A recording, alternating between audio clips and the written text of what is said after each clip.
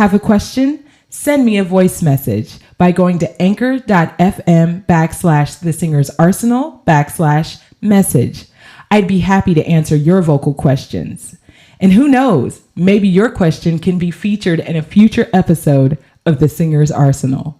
Yeah, yeah, yeah. It's the Singer's Arsenal. The Singer's only. Singer's Arsenal. Singer's only. Hey you guys, it's Crystal Sherelle from Indie Artist School. Welcome to The Singer's Arsenal. Today we're going to talk about how to listen to music as a singer. When you start learning how to sing and transforming your voice seriously, you're going to start noticing the way music sounds to you is a little bit different.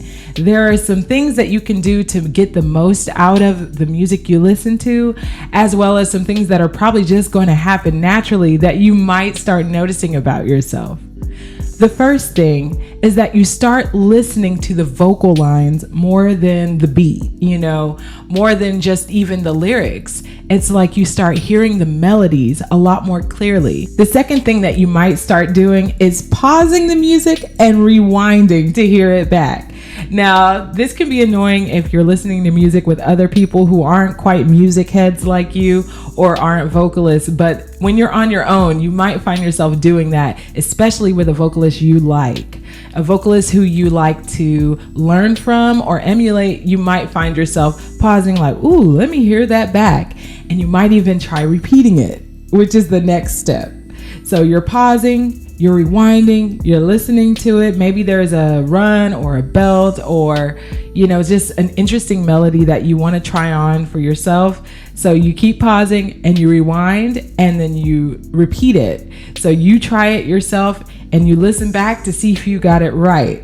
It really helps you train your ear. It's a really good practice as you learn how to become a better vocalist to know what to listen for. You might even have to slow it down in your mind to really understand it. The more often you do this, the quicker it will be for you to grasp vocal lines. So yeah, even though it might seem a little annoying to someone who is not used to doing that, for you as a vocalist, when you're passionate about it and you're listening to it, it's actually pretty exciting and pretty cool. And before you know it, you won't have to rewind as many times because you'll listen to it and repeat it and get it the first try. The next thing that you'll do as a vocalist, especially if you're studying the music, is you start listening to the details, not just in what's going on in the main melody, not just the hook. If you talk to an average music listener, most people only know the hook. I'll just be honest. They know the hook. They don't really know what's going on in the verses, especially ad-libs. What is that?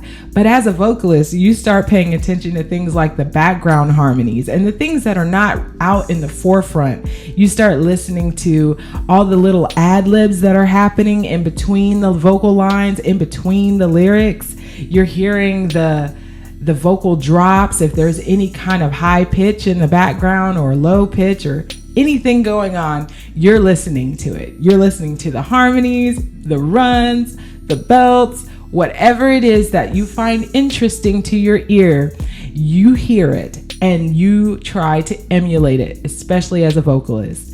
And this is a good practice too, because it helps you be better at arranging your voice when you're recording your own music. Vocal arrangement is a really interesting concept. I covered that a lot more in the harmonies and vocal arrangement episode, and you can get a lot more information on that by listening to that episode. The fifth thing that you might find yourself doing as a vocalist is you might even start venturing out into other genres of music. And this is a really good thing to do. When you start listening to your favorite type of music, you might start noticing some patterns that are happening over and over and over again. People are singing very similar melodies, having similar cadences, rhythms, ad-libs, drops, harmonies, and things start sounding a little bit repetitive. Not even gonna lie, you might notice that happening. And so your ear gets a little less interested in just listening to the same old thing over and over again. But one thing that's really important here is that you learned a lot from it. So you might find yourself wanting to listen to something else, not even to study, but just to give your ears a break. Chances are, if it's a genre that's completely different from anything that you would normally sing, it will be a lot easier for you to just listen to it for pure enjoyment rather than studying it. I know I do this myself.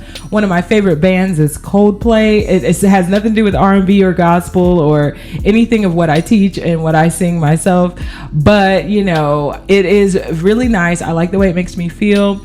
And it just gives my, studying mind a break, And so you might find yourself listening to music of different genres as well. Honestly, I feel like the more the merrier. The more genres you explore, the better. I want to tack something on to the repetitive nature of the way you listen to music as a vocalist who's studying music, is listening to the same artist over and over again. Better yet, the same song over and over again. It can be really intense, especially if you're studying music. You're going to be listening to the same song a lot of times, and maybe other people around you might not understand. But as a vocalist, the reason you're doing this is so that you can become a better vocalist, because you want to learn from them and you're just enjoying what it is that's happening. Because you're listening to it on such an in-depth level. You're the kind of person that will go to a concert with your favorite vocalist who's on stage, and if they sing the song differently live than in the studio, you're gonna know all about it. You're gonna know all the things, and what that does is it helps you appreciate it a lot more. Another thing you might do is sing the parts of the song that are a little bit more obscure to everyone else. You might sing the ad-libs, you might sing the background vocals instead of just singing along with the hook. Honestly, you just listen to music differently. It makes you a more well-rounded person because you actually can appreciate music on such a deeper level. This isn't only for vocalists. A lot of musicians do the same thing.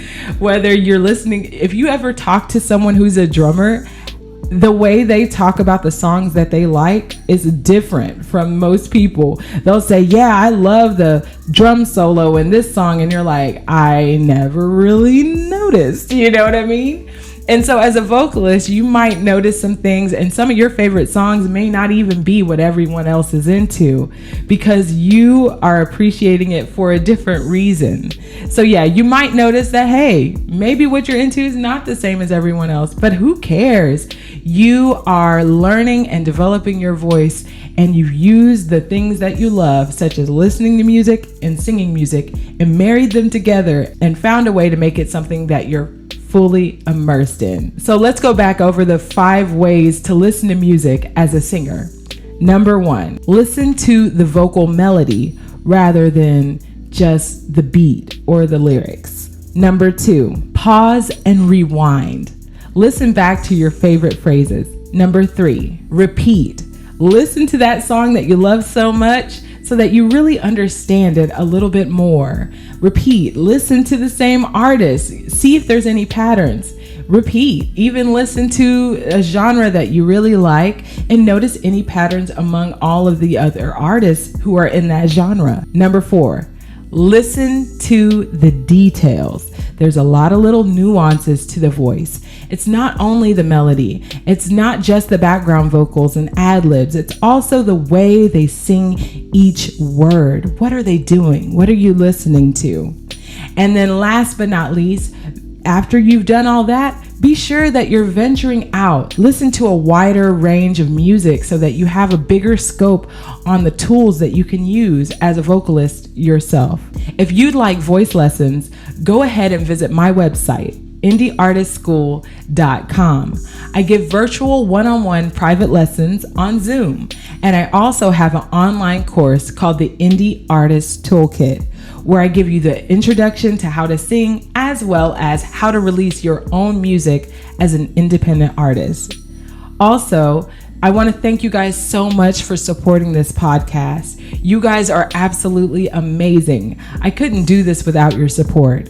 Some of you guys are even taking it a step further and donating to support the podcast. Thank you so much. If you'd like to donate to this podcast, go ahead and visit anchor.fm/thesingersarsenal/support. Well, you guys, until next time, have a wonderful day. Yeah, yeah, yeah. It's the singer's arsenal.